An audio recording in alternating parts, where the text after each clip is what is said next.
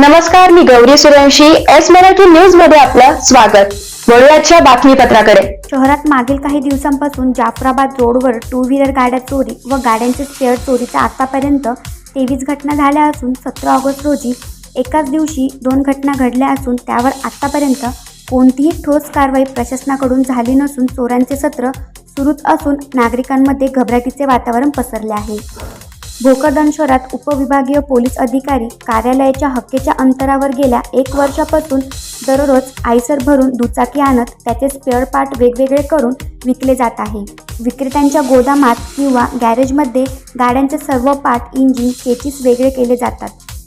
ते केल्यानंतर चेसिस व इंजिन नंबर घासून भोकरदन तालुक्यासह मराठवाड्यातील जुन्या दुचाकी धारकांकडून त्यांच्या जुन्या गाडींचे इंजिन व चेसिस घेऊन त्यांना विक्री केले जात आहे. त्याचबरोबर त्या धारकून घेतलेले दुचाकीचे जुने इंजिन व इतर दुचाकीच्या सुट्ट्या भागांची कागदपत्रे आहे का नाही हे न बघता सर्रास असा गोरखधंदा सुरू असल्याने दुचाकीच्या सुट्टे भाग चोरी जाण्याचे प्रकार मोठ्या प्रमाणात होत असून शहरासह तालुक्यात मोठ्या प्रमाणात चेसिस व इंजिन नंबर घासलेल्या गाड्या सर्रास फिरताना दिसत आहे. तसेच जुन्या दुचाकींना नंबर घासलेले चेसिस व इंजिन बसवून गुन्हेगार हा दुचाकीचा वापर गुन्हे करण्यासाठी किंवा देशविघातक कामासाठी या गाड्या वापरल्या जाण्याची शक्यता असल्याने भोकरदन पोलीस स्टेशनला नव्याने रुजू झालेले कर्तव्यदक्ष पोलीस निरीक्षक किरण बिडवे यांनीच याकडे जातीने लक्ष देण्याची गरज सर्वसामान्य नागरिकांकडून जोर धरू लागली आहे.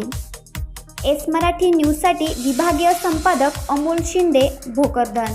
अशाच ताज्या घडामोडी जाणून घेण्यासाठी आमच्या एस मराठी न्यूजला लाईक करा, शेअर करा, सबस्क्राईब करा आणि पाहत रहा एस मराठी न्यूज.